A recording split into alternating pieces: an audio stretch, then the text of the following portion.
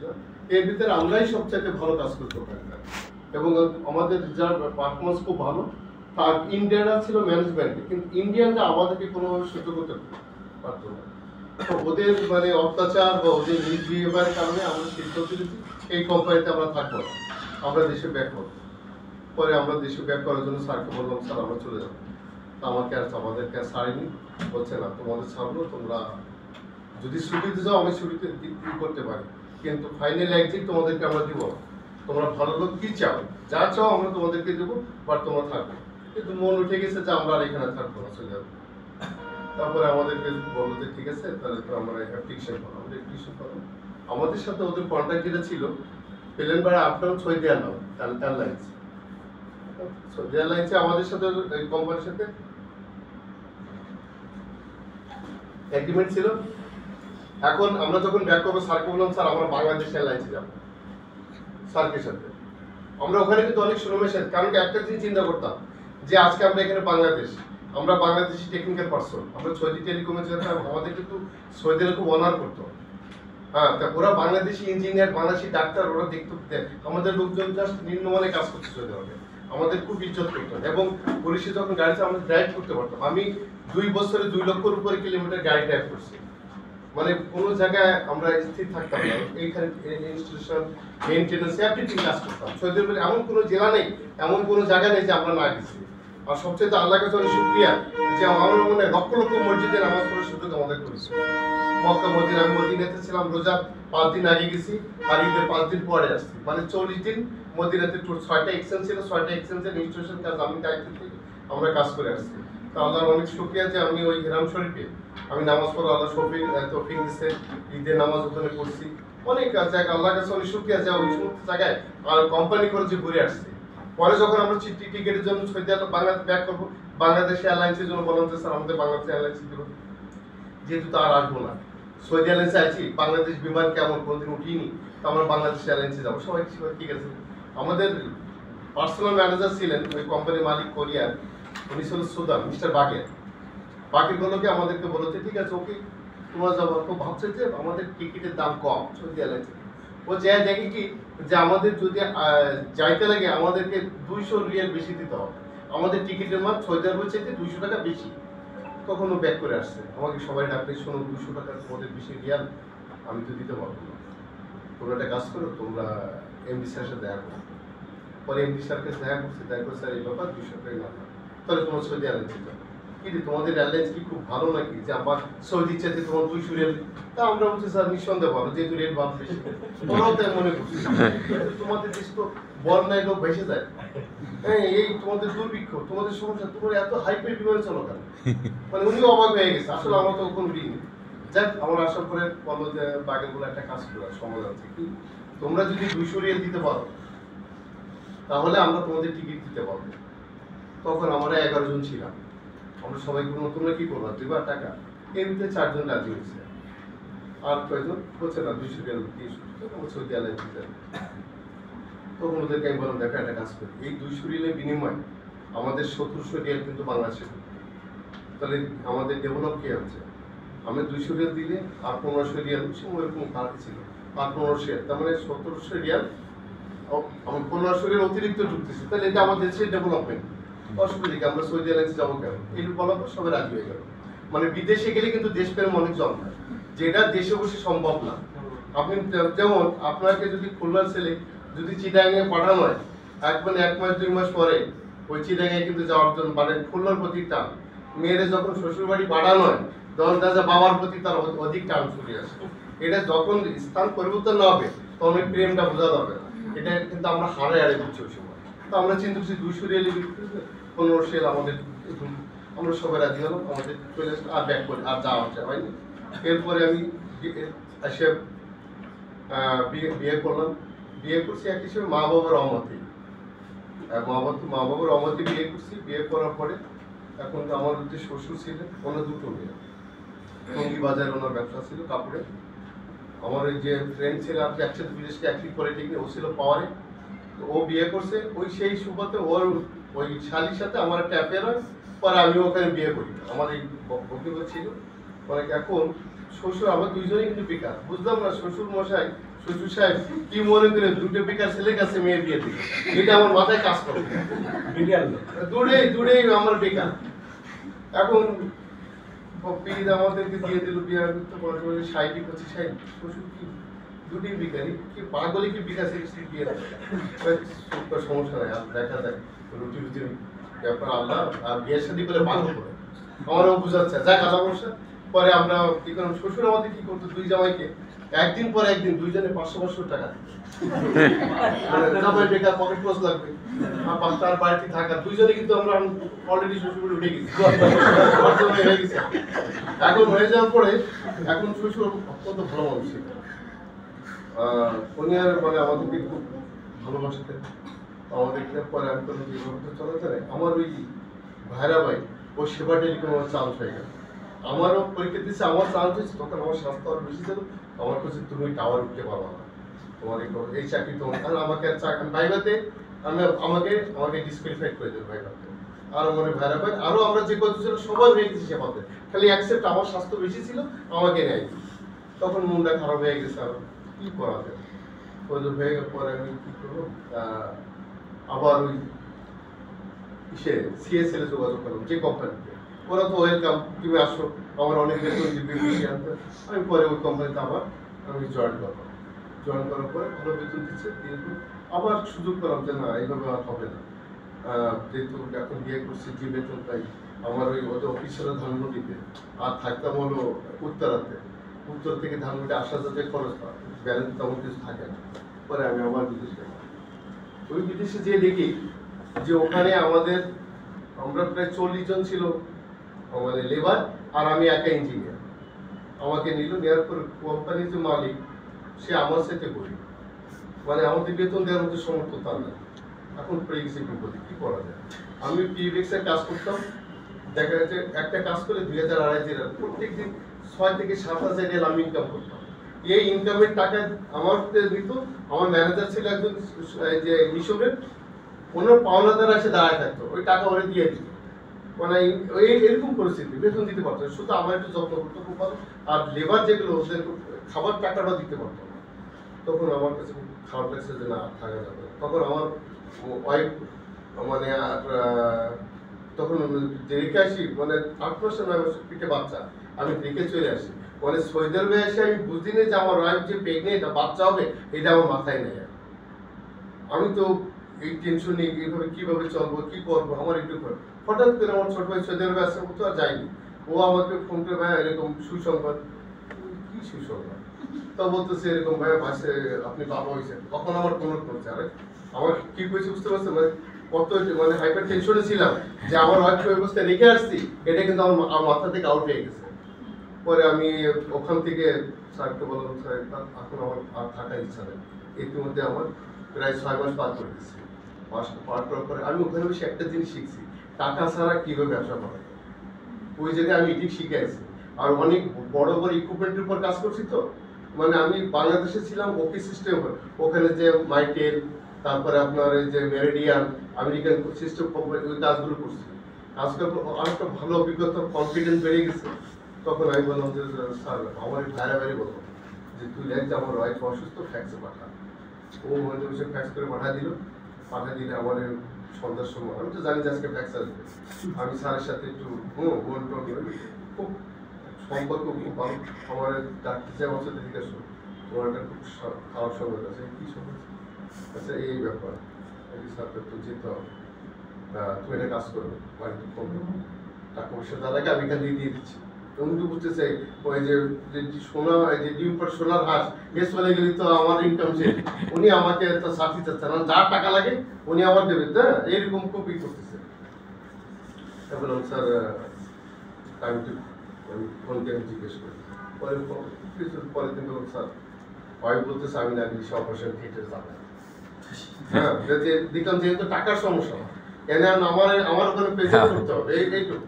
তখন আমি বললাম স্যার আমাকে দিতে হবে, আমার ওয়াইফ আমাকে স্যার অপারেশন থিয়েটার যাবেন, আমাকে যেতে বলছে। পরে উনি বলতে ঠিক আছে আপনি চান, আমাকে কি দিল, মানে আসা যাওয়ার টিকিট কেটে দিল, যেহেতু আমি ছুটিতে যাচ্ছি, যদি বলে চলে যাও তাহলে আমাকে তা ছাড়বে না। আমি ছুটি থেকে আমাকে পাঠাতো, আমাকে তখন 3,000 রিয়াল দিচ্ছে, উনি আর টিকিট কেটে দিচ্ছে। আর আমাকে ওই যে 40 জন আছে এরা সব পড়ায় চলে যাবে, থাকবে না। ওরা তো জানে যে ওরা কি করবে, খাইতে পারে না, অনেক কষ্ট করতেছে। ওই যে এই যে মক্কাতে যে আমরা তো আমাদের অফিসে ছিল মক্কাতে যে হাজিরা যে ওই কোরবানি দেয়, ওখানে একটা আছে মানে বড় বুফিয়া সিস্টেম, মানে যে সমস্ত সৌদিয়ানরা বা অন্যান্য কান্ট্রির যারা কোরবানি দেয় এদের ওই কোরবানির গোষ্ঠটা ওরা সংরক্ষণ করে ওরা প্রতিদিন বিকালে সন্ধ্যার পর 6টা 7টার দিকে সব গরিবদেরকে খাবারগুলো বিলি করে। কেন করে? সৌদিয়ানরা তো মাংস নিয়ে যায় না, আর আমাদের যে হাজিরা যান ওই হাজিদের যে কোরবানির যে মাংসটা এটা কিন্তু আমাদের দেশে পাঠায় দেয় সৌদি গভর্নমেন্ট।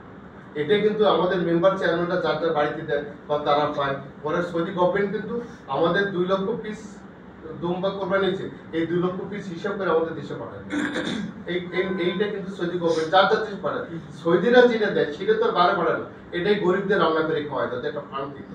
তো আমাদের ছেলেগুলো ওই খাবারগুলো খেত, প্রত্যেকদিন বিকাল করে ওই খাবারটা নিয়ে শোনা, এরকম তো আমাদের জীবন ছিল। পরে আমি চলে আসলাম, কিছু চিন্তা করলাম যে আমি দেশে আর এক করবো না, আমি ব্যবসা করবো। ওই টুস কেনারটা সব কিছুতে আমার কাছে তখন 500 রিয়াল ছিল। আসলাম, আসার পর বাচ্চা তো বড়, এখন আমি বলতেছে বাচ্চার দুধ লাগবে, দুধের দাম কত? তখন মনে হয় 350 না 400 টাকা দাম। আমি মনে করছি একটা দুধটা 1 মাস যাবে। আমাকে বলতে কতদিন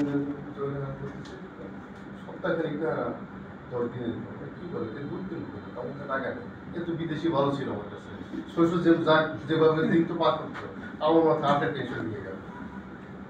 এখন কোম্পানি কি করা যায় তাকে, আমার ছোট মামা আমারই বয়সী, আমাদের এখন যে জিএম সাহেব আর আমারই বয়সী, মামার বলবো তুই তো বেকার ঘুরে বেড়াস, একটা কাজ কর, আমি আমার সাথে তুই চলে যায়। মামাও বিয়ে করছে। পরে মামার আমি সাথে করে আনার পরে আমি অফিস খুঁজে কোথাও পাচ্ছি না। অফিস একটা জায়গা যাচ্ছে অনেক হাই বড় আমি পাওয়ার পরে আমাদের খুলনার মেয়ে চিত্রনায়িকা মৌসুমী, মানে আমাদের মানে একটা পর্যায়ে মৌসুমী, উনি তখন ওনার মেয়ে হবে, তখন উনি আমেরিকায়, উনি আর ওনার মা শহর আমেরিকায়। ওই আমেরিকা একটা সিস্টেম আছে, ওখানে যদি বর্ন হয় তাহলে অটোমেটিকলি সিটিজেনশিপ পাওয়া যায়। সেই সুবাদে ওনারা ওখানে গেছেন, ওখানে থাকতেছেন প্রায় 6 মাস। আমি খুঁজে দেখেছি একটা ওই সিকিউরিটি গার্ডকে বলতেছি, ভাই এই বাড়ির নাকি শুনছি মৌসুমীর বাড়ি থেকে, হ্যাঁ ওনার সাথে দেখা করা যায় কিনা? তো ওনার তো আমেরিকায়, মানে কেউ নেই, তো বাবা আছে, আমি বাবার সাথে দেখা করি।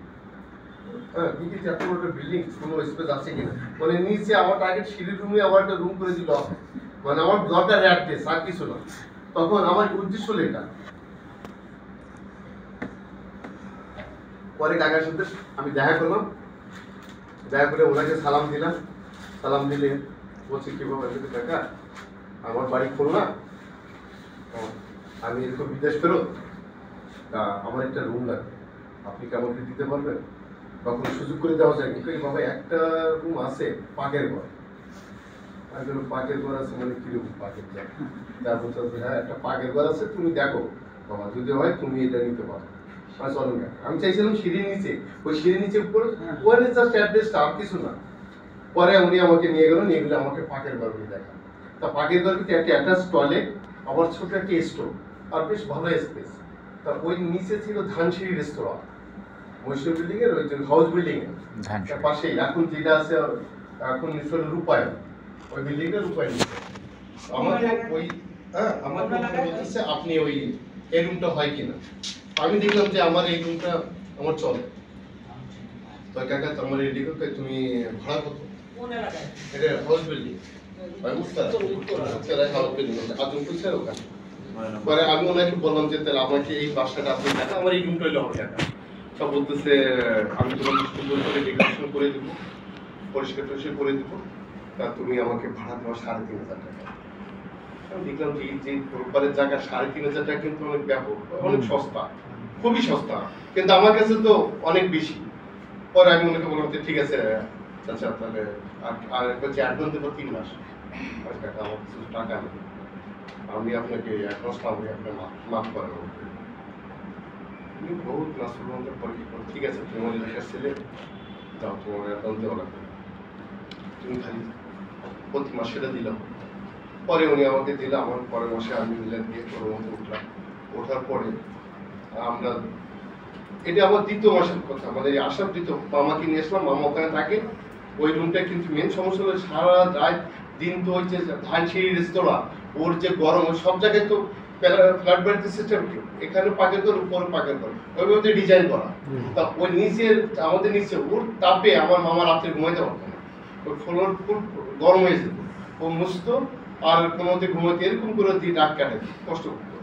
পরে আমি থাকতাম তো শ্বশুর বাড়িতে, পরে শ্বশুর এসে একদিন আমার মামাকেও নিয়ে গেল। আমি আমার বাইরে গেছি, কারণ তো স্বাস্থ্য মানুষ বলবে সারা জামাই জুড়ে থাকে আর মামারও থাকে, মামা তো থাকবে না কোনো, আর শ্বশুর নাচর বন্ধা ছাড়বে না, তুমি এত কষ্ট করা যায় না, আপনি থাকবে। মামা কোনো মতে একদিন দুদিন থেকে মামাকে না আমার ওখানে শান্তি জায়গায় থাকে। যাক, পরে এরকম ঘটনা, ওই মৌসুমীর বাবা উনি আমাকে বলতে, বাবা আমার এই বিল্ডিং এ একটা ইন্টারকম করে দিতে হবে।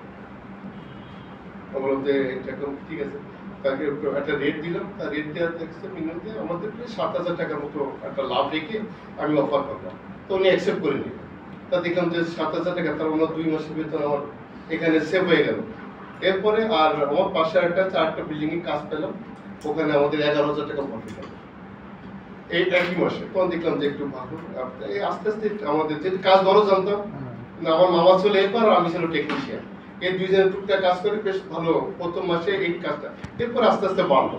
হঠাৎ করে বেসিক ব্যাংক থেকে আমার রাত 8টার দিকে ফোন দিলেন, বলতে মাসুদ আপনি মাসুদ জি, তা আপনার নাম্বারটা সিএসএল থেকে পাচ্ছি। তা আমাদের 24টা ব্রাঞ্চ, তখন বেসিক ব্যাংকের ব্রাঞ্চ ছিল 24টা ব্রাঞ্চ আমাদের পিবিএক সিস্টেম আছে, আপনি কি দিতে পারবেন কিনা? আপনার নাম্বার সাব্বির সাহেব পাঠাইছে সিএসএল এ, তা আপনি যদি দিতে চান তাহলে আপনি কাল সকাল আমাদের অফিস করবে 9টায়, আপনি 9টার আগে আসবেন, আমি আগে আসবো, কারণ আমাদের ওই টেন্ডারের শিডিউল ডেট শেষ, আজকে শেষ, আগামীকাল ওপেন হবে মানে। তাই বললাম যে স্যার ঠিক আছে, আমি আবার ব্যাক করলাম, রাত্রে বসে কোটেশন লিখে আমি সাবমিট করছি। কিন্তু ওই যে ট্যাক্স এবং ভ্যাট এটা যে যোগ করতে হয়, এটা তো আমার মেমোরিতে নেই। আমি দেখছি সামান্য কিছু প্রফিট রেখে আমি সাবমিট করে দিচ্ছি, সাবমিট করে দিলেন। আচ্ছা, আর ওই 9টার আগে দেখলাম আজাদ স্যার, উনি ছিল বুয়েটের স্টুডেন্ট, বুয়েটে পড়াশোনা করতেন, বাড়ি ঝিনাইদহ। তা উনি ঠিকই ওই 8:30টার দিকে হাজির, আপনার আগে উনি হাজির, যে হ্যাঁ আমি ওনার কাছে দিলাম, উনি গোপনে করে নিয়ে উনি ড্রপ করলেন, বাকি ওই সুযোগ আমার সুযোগ। তারপর আমার তো ভুল হয়ে গেছে যে ইনকাম ট্যাক্স, ভ্যাট ট্যাক্স গুলো আমি অ্যাড না করার কারণে অটোমেটিকলি আমি লোয়ার হয়ে গেছি। কারণ আমার কাজ দিচ্ছে, কারণ তো আমি তো মহা খুশি কাজ করে দিচ্ছি, পয়সা বাড়িয়ে যেতে পারছি, সব তো ল্যাপটপ সব তো থেকে যাচ্ছে। এখন পরে বললাম কি বলে, এখন চিন্তা করছি যেহেতু কাজ নিচ্ছি, কাজ তো করতে হবে। আমার এক মামা শ্বশুর ছিলেন, উনি আমার এক খালা ছিলেন, আমার মানে খালা শাশুড়ি আমেরিকায়, আর মামা ছিলেন কোরিয়ান। ওই দুইজনের অ্যাকাউন্ট টাকা আসতো আমার ওই মামা শ্বশুরের কাছে, ওনার কাছে লিকুইড মানি ভরপুর। উনি আমাকে বলতো যে জামাই তুমি কাজ করে টাকা আমি দেবো, টাকা চিন্তা করো। তার ওই ব্যাকআপটা তখন উনি আমাকে সাপোর্ট দিলে আমি কাজগুলো আমি করলাম।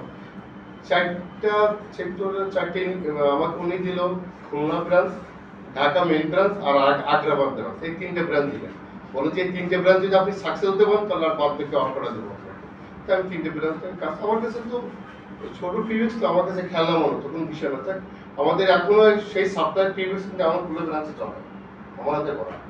তার বেসিক ব্যাংকে আমার ওখান থেকে ওরা দেওয়ার, আমি দেওয়ার বিল যা পাই আমাদের লস হয়ে যাচ্ছে। হঠাৎ করে আমাকে একদিন ফোন করে বললাম যে একটা কাজ করো, আপনি যে সিসিটিভি যে করতেছেন ওর পারফরমেন্স খুব বিলো, ওর আমলকে রাখবো না, আপনি একটু দেখেন এইগুলো করতে পারেন। স্যার আমি এগুলো করতে পারি না, আমি বিষয়ে আমার কোনো এক্সপিরিয়েন্স নয়। তখন আমাকে বললো যে তাই আপনি কি এই করেন, আপনি পারবেন, জ্ঞান ভালো, আপনি পাবেন। আর ওখানকার যে এস্টাবলিশমেন্ট ডিপার্টমেন্টে গিয়ে উনি ছিলেন আমাদের খুলনা, আব্দুল হাই নাম, বাড়ি হলো লড়াই বা তুমি এখানে খুলনা সেটেল। উনি আমাকে বলছে আপনি এটা পারবেন। স্যার আপনি আমি একটা কাজ করি, ওই যে 3টে ব্রাঞ্চের প্রবলেমটা কি আমি আগে এটা আইডেন্টিফাই করে আসি। আমার তো অনুমতি দিল, আমি গেলাম। মেন উদ্দেশ্য ছিল ওই সিস্টেমটা কিভাবে কাজ করে এটা দেখা, কারণ ওটা যদি আমি না দেখি আমি তো ইনস্টল করতে পারবো। আমি আমার বাবা যে আমি কিভাবে তার গেছে, কিভাবে কাজ করছে, এভরিথিং আমরা ডায়াগ্রাম করে নিলাম। ডায়াগ্রাম করার পর আমি দেখলাম কোথায় সমস্যা, খুঁজে দেখলাম যে কেবল আছে, কেবল কানেক্টরটা ভালো করে, মানে যে ছেলে কানেক্টর কাজ করছে ইকুইপমেন্ট কিন্তু খুব ভালো, বাট কানেক্টরটা লুজ হওয়ার কারণে ওই ছবি ঝিলঝিল করে, অনেক সময় নড়া খেলে ক্যামেরার ছবি আসে না, প্রবলেম কিন্তু আর অন্য সব ঠিক আছে। প্রায় বললাম স্যার আমি করতে পারবো, কি প্রবলেম, স্যার কানেক্টরের একটু সমস্যা হয়ে গেছে। তারপর আমি করতে পারবো স্যার, ঠিক আছে এই 3টা আগে আপনি রেডি করে আসেন। পরে আমি রেডি করে আসলাম, আমার প্রতি এসে 10,000 করে 30,000 টাকা আমাকে দিবে। আর বিল করে যেটা করে চলে দিচ্ছে, তখন আপনি একটা কাজ করেন, আপনি এই রেট আছে দেখেন, এই রেটে করতে পারবেন।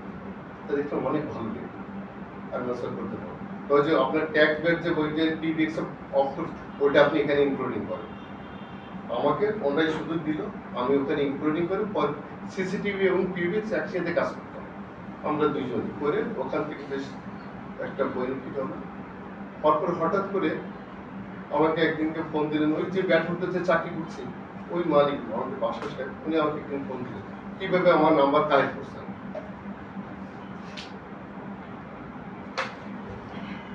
জাস্ট আমি এইগুলো বলতে চাই, নাম্বার পর আমাকে ফোন দেওয়ার পর আমি ওনার সাথে দেখা করতে বললাম যে মাসুদ তুমি যে টেলিকমিউনিকেশন আসছো, তা তুমি এটা কাজ করো, আমি মাইক্রোপ্লিং এর কাজ পাচ্ছি, তুমি কি আমার কাজগুলো উঠে দিতে পারবা কিনা।